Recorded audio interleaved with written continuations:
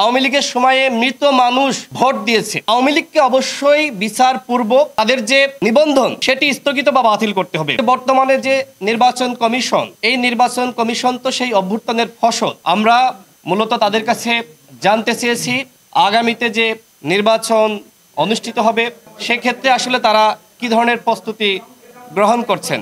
আমাদের কাছে তারা জানিয়েছেন যে তারা যদি ডিসেম্বরে ইলেকশন হয় সেক্ষেত্রেও তারা প্রস্তুত আছে, যদি আগামী বছরের জুনে ইলেকশন হয় সেক্ষেত্রেও তারা প্রস্তুতি নিয়ে রাখছেন। আমরা গণ অধিকার পরিষদের পক্ষ থেকে আমরা প্রত্যাশা করি বর্তমানে যে নির্বাচন কমিশন গঠিত হয়েছে তারা বাংলাদেশের জনগণকে একটি আন্তর্জাতিক মানের নির্বাচন উপহার দিবে। এই প্রত্যাশা শুধুমাত্র বাংলাদেশের জনগণের না, আগামীতে যে জাতীয় নির্বাচন হবে সেই নির্বাচনের দিকে পুরো আন্তর্জাতিক সম্প্রদায় তারাও তাকিয়ে থাকবে। কারণ বাংলাদেশে একটি অভ্যুত্থান হয়েছে। এই যে বর্তমানে যে নির্বাচন কমিশন, এই নির্বাচন কমিশন তো সেই অভ্যুত্থানের ফসল, যে কারণে আমাদের প্রত্যাশা তাদের কাছে অনেক।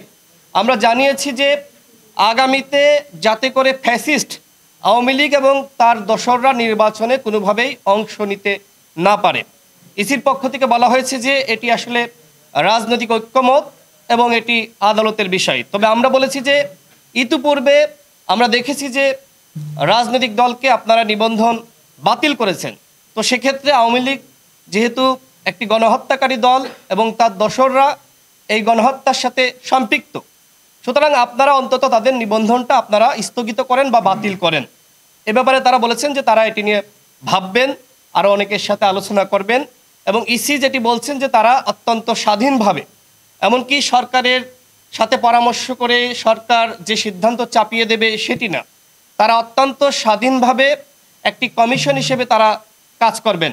আমরা তাদেরকে গণ অধিকার পরিষদের পক্ষ থেকে আমরা একটি অবাধ সুষ্ঠু নিরপেক্ষ নির্বাচন অনুষ্ঠানে তারা আমাদের কাছে সহযোগিতা চেয়েছেন, আমরা অবশ্যই সেই সহযোগিতা করব। আমাদের দাবি মূলত একটি, সেটি হলো আওয়ামী লীগকে অবশ্যই বিচারপূর্বক তাদের যে নিবন্ধন সেটি স্থগিত বা বাতিল করতে হবে। মূলত এই বিষয়টি স্পষ্টভাবে আমরা এর আগেও জানিয়েছি, আজকেও সেটি জানিয়েছি। আমরা চাই যে বর্তমানে যে ইসি রয়েছে তারা সকল দলের সাথে পরামর্শ করে তাদের মতামত নিয়ে তারা আগামীতে কিভাবে নির্বাচন করতে চায় সেটি কিন্তু খোলাসা করা দরকার। ইতিমধ্যে আমরা দেখেছি যে তাদের কারো কারো বক্তব্য নিয়েও কিন্তু অস্পষ্টতা তৈরি হয়েছে যে তারা আসলে কিভাবে কোন পথে এগুচ্ছে। আমার মনে হয় সেই জিনিসটা যদি তারা স্পষ্ট করেন যে তারা অমোঘ সময়ের মধ্যে ইলেকশনটা করতে চায়, তারা এই প্রস্তুতি নিয়েছে। বিশেষ করে আমরা দেখেছি যে আওয়ামী লীগের সময়ে মৃত মানুষ ভোট দিয়েছে। তো সেক্ষেত্রে এবং একই সাথে আমরা ভোট কারচুপি, ভোট জালিয়াতি, ভুয়া ভোটার সেগুলো আমরা দেখেছি। সেই বিষয়ে আমরা কিন্তু স্পষ্ট হয়ে বলেছি যে কোনো মৃত মানুষ যাতে ভোট দিতে না পারে সেই বিষয়ে কিন্তু আপনাদেরকে অবশ্যই যথাযথ পদক্ষেপ নিতে হবে। তারা আমাদেরকে বলেছেন যে তারা নতুনভাবে ভোটার তালিকা হালনাগাদ, নতুন ভোটারদেরকে অন্তর্ভুক্ত করা এবং একই সাথে কতজন আসলে মৃত ভোটার এর আগে ভোট দিয়েছে সেই বিষয়গুলো কিন্তু আমাদের কাছে স্পষ্ট করেছেন যে প্রায় 25 লাখ নতুন ভোটার এবং তারা দেখেছে যে 15 লাখ মৃত মানুষ এর আগে ভোট দিয়েছে, সেই কথাগুলো তারা কিন্তু আমাদেরকে জানিয়েছে।